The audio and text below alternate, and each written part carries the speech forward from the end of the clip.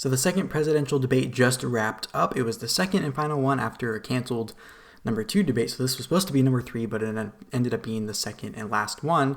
And I wanted to give some of the main differences that I noticed in this debate from the first one because, as we know, the first debate was a bit of a mess, and they implemented different things this time to hopefully alleviate some of the mess that happened in the first one. And I wanted to get through a few of the main differences that I noticed while watching this one. Maybe if you haven't watched it yet, or you did watch it and maybe you were thinking of the same thing. So let's get into it. So one thing I will say is, I'm not going to really say who I think won or lost the debate. You can go watch them back and figure out based on each topic kind of who won or lost.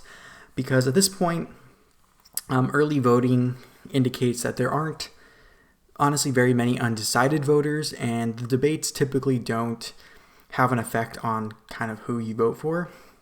And at this point, debates kind of have become more entertainment than anything, and it appears that everyone is kind of losing with debates this year, besides maybe Mike Pence at this point during the VP debate. So we have a few things that have changed a lot since the last time too, and that's we have a president that has recovered from COVID-19, and we have the whole entire Hunter Biden situation that has unfolded over the past week, and it has been brought up, but I think I'll touch on that later on. That's what I think is going to be the story coming out of this debate and what will be the big story leading up to Election Day.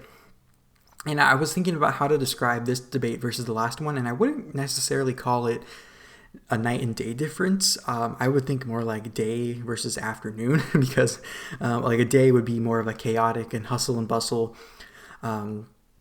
type energy, which is more of the first one, I think. And then the afternoon being kind of the commute on the way home from work, and you just kind of want to get home, make a nice meal, and pass out because you're tired of the entire day of what happened before or earlier in the day, and hope to kind of wake up tomorrow and with whatever made yesterday bad left in the past. So I think that's kind of what I felt today. It wasn't like the most relaxing debate, but it wasn't as kind of hectic and stressful to watch as the first one.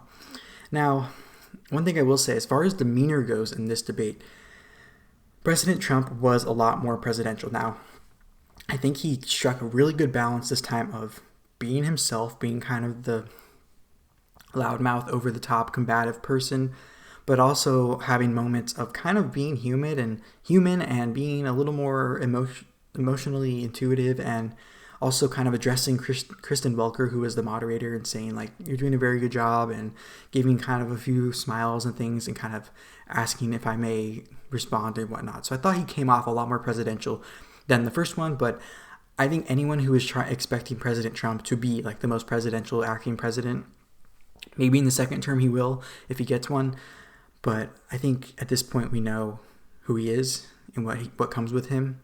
And I think anyone expecting him to kind of change who he is kind of fighting an uphill battle that's not going to happen. So that's all I wanted to say about demeanor.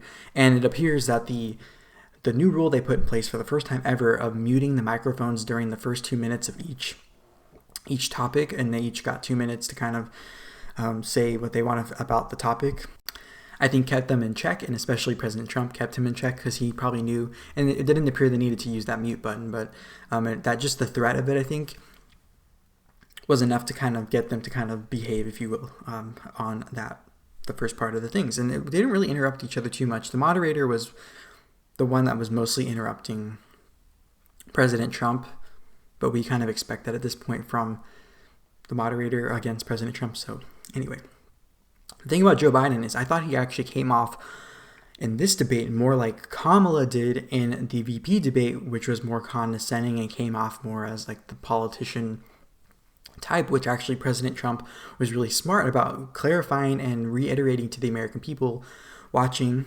that he is not a politician. He's not a typical politician. And to be honest, that's why a lot of people, including myself, voted for him in 2016. Just the way it is. People were sick of the political elite kind of running the show and kind of the false promises that President Trump was really smart on touching on during this debate. Now, overall, I think the moderator, I touched on, she kind of interrupted a few times President Trump, but I think overall, even though leading up to the debate, a lot of her past was kind of quote-unquote exposed for her and her family's ties to the Democratic Party.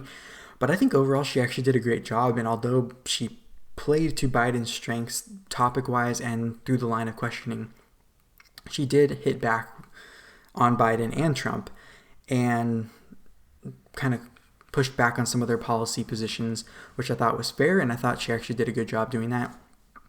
And I was pleasantly surprised, so that was really good.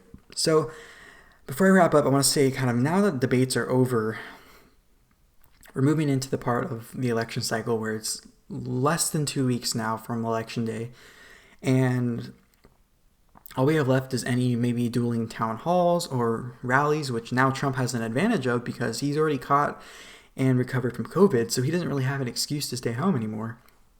And we don't know.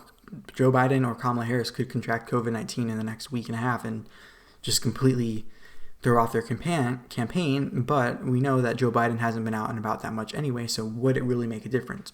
Might actually be smarter than just to keep him in the basement, like I heard some supporters of his saying out and about. So that could be it as well. Also, the media coverage and every other way outside of the debates that gets a candidate's message out there and gets them showing or getting supporters kind of to get the word out. That's what we're relying on from now on, because the media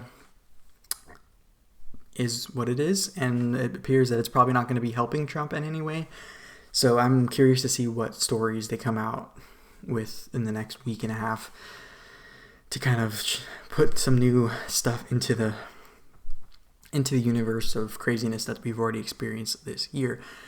So last two things I want to touch on before I give my final note is one thing that we did get an update on before the debate.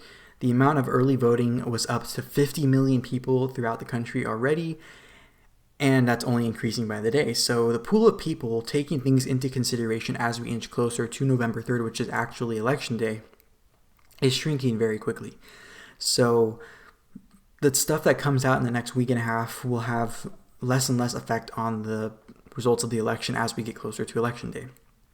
Final thing I want to say is, if you watched the first debate and you were turned off by it, I think you should give this one a chance if you haven't watched it yet, just to restore some of the faith in humanity you may have lost from that first debate.